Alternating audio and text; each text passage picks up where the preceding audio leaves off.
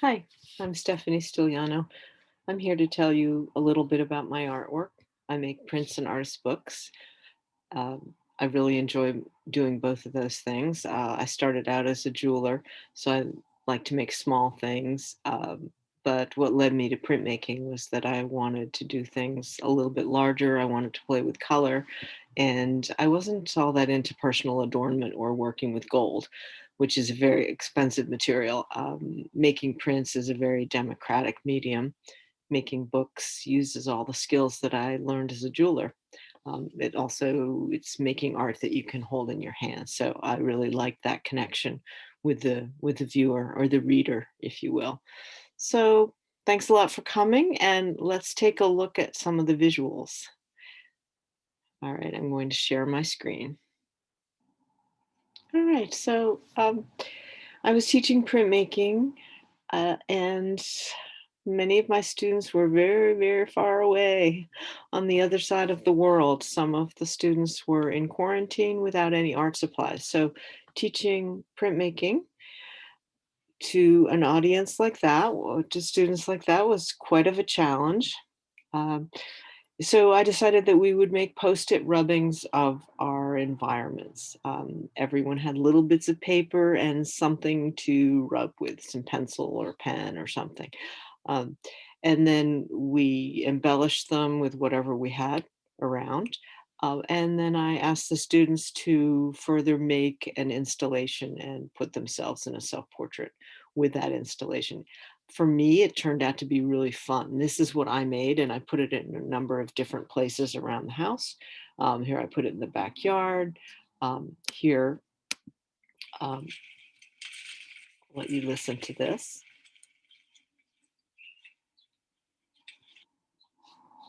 I put this out on the clothesline in my backyard. Um, Something fun for me and for the neighbors too, I hope. At this point, I was also thinking a lot about what I had in my own environment. And as you all know, with Zoom, things changed and we didn't have to dress up quite as much. Not that I was wearing stockings, but I was also cleaning out a lot. I decided that I would use my old nylons, which I never wore anymore, to make an artist book. I used my old makeup, which I was also not using anymore, as part of this book called All Dolled Up.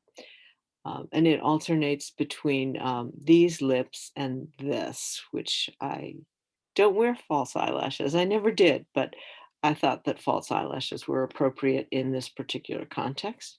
So that was a small Coptic book handheld. Here's the second one I made of that series. This is called Hope and Despair.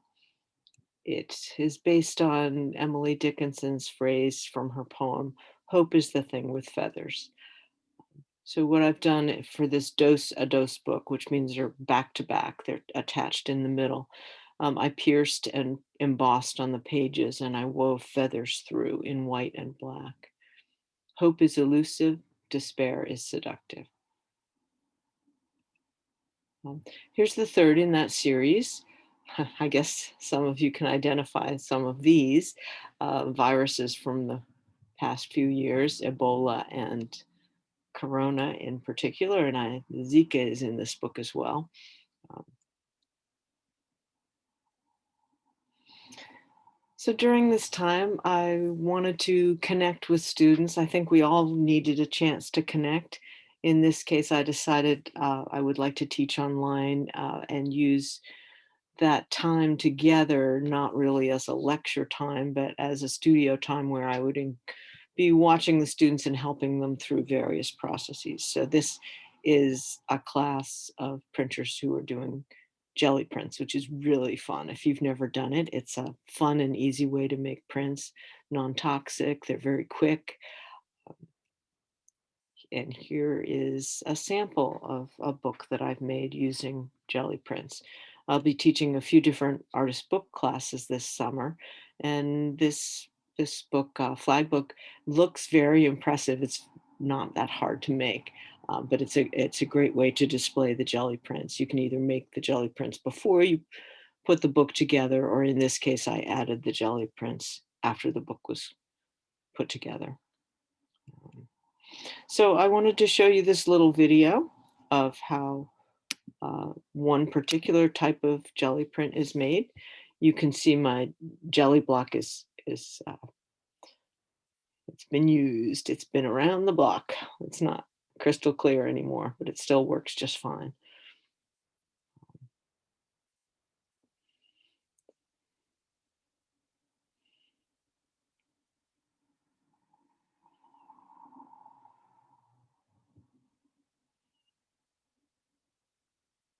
So it's a fun way to get a lot of variety of prints very quickly. A way to build papers for collage or print pages for your books, for the end papers, for the cover papers. Here's an example of some jelly prints that I printed, and I made them into a carousel book. A carousel book folds around and it becomes like a column that's kind of star shaped. During this time, I was thinking a lot about good luck, bad luck, and spirituality, and just ways that we can pray and hope and kind of fight back against the darkness. So I made this book, Feathers, again, as a form of talisman, kind of a hope that my creativity will be a channel for good in the world, add some light against the darkness. Here's another example of some jelly prints. I printed on watercolor paper, which has a very strong tooth and pattern on the surface, so it makes it look a little bit rough. This book, I call this style an origami fold. These are square modules that are folded up a little bit like the fortune tellers we used to make when we were kids. Mm. I added sumi ink and ants and some pictures of bigger, more beautiful bugs, but I'm partial to the little worker ants. Here's the other side.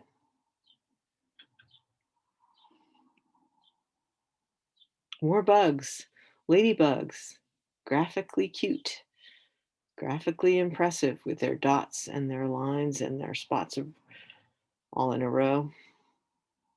Um, this is a piece that I made a few years ago, printing on, uh, in this case, on some grass paper, but on the inside, I printed on handkerchiefs that were left after my mother passed. She had a lot of beautiful handkerchiefs, and I used them to print. This one says, places where newly sprouted grass makes fragrant the air you breathe. Places where raindrops wash away your tears. Places where dappled light colors your skin.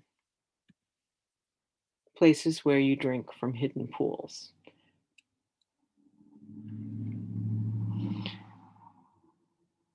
All right, so those were monoprints. This is a lino cut print in which I applied sort of a painterly process. I just kept printing on it, printing, repeating imagery until it all kind of came together. And then I finished with a layer of a kind of blue-gray silkscreen, a nice flat, even layer there.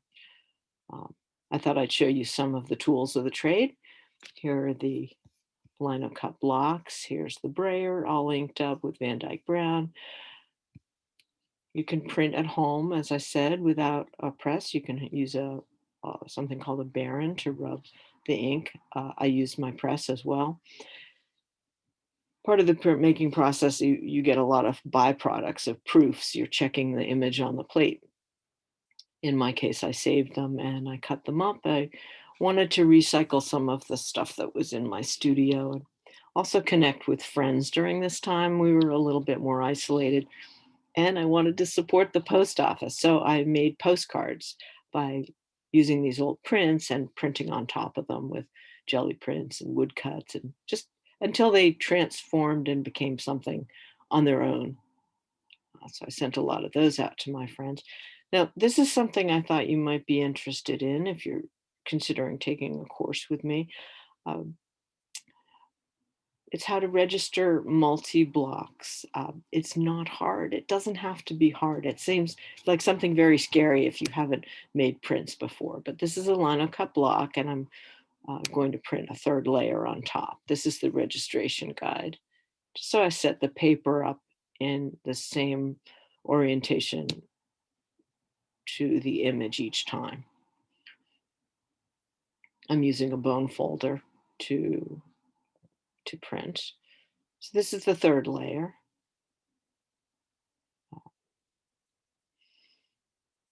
And there's the carved block.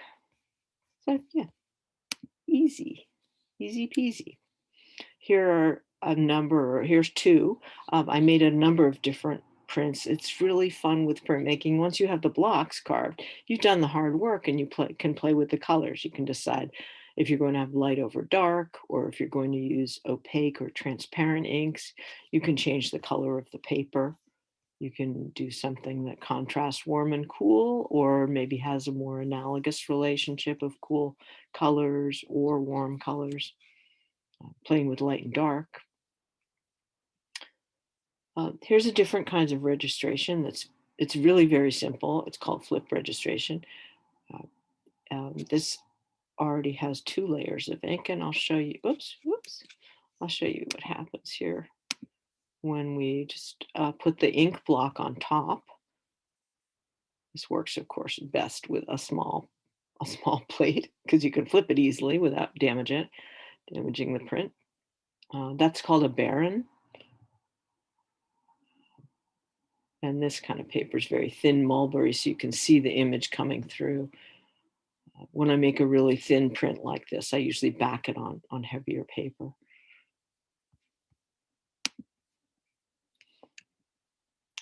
And I just thought I'd show you a few of my lino cuts. This is my friend's dog, cute little white dog. Simple pleasures of life, people's pets, things that are around the house, people who are around the house, pets around the house. All right, and this is my last image I wanted to show you. This is Queen Mab. I started this image as a figure drawing. I used to do figure drawings before the pandemic. We do figure drawings every Monday night, and I turned this drawing into Queen Mab. Can you see her wings? All right, thank you for watching. Now I want you to go and make your own prints and books, or you can take a class with me online or in person. Here's my contact information. Thanks a lot for listening, and I'm wishing you good art in your future.